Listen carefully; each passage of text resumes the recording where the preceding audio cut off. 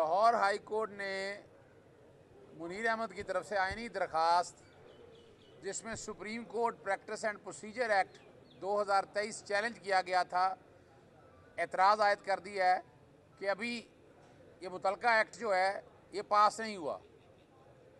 आईनी दरखास्त में मौक़िफ़ इख्तियार किया आया था कि एक्ट पास होने की ज़रूरत नहीं है।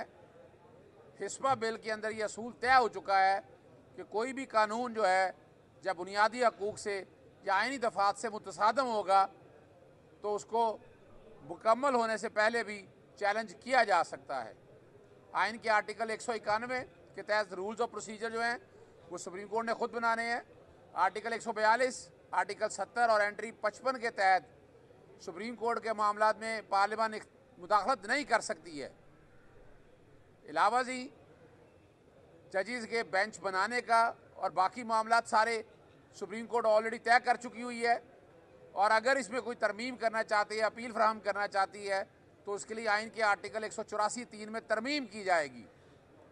और हिस्बा बिल की रोशनी के अंदर अदालत से गुजारिश की गई है कि ये कानून को कलअदम करार दिया जाए।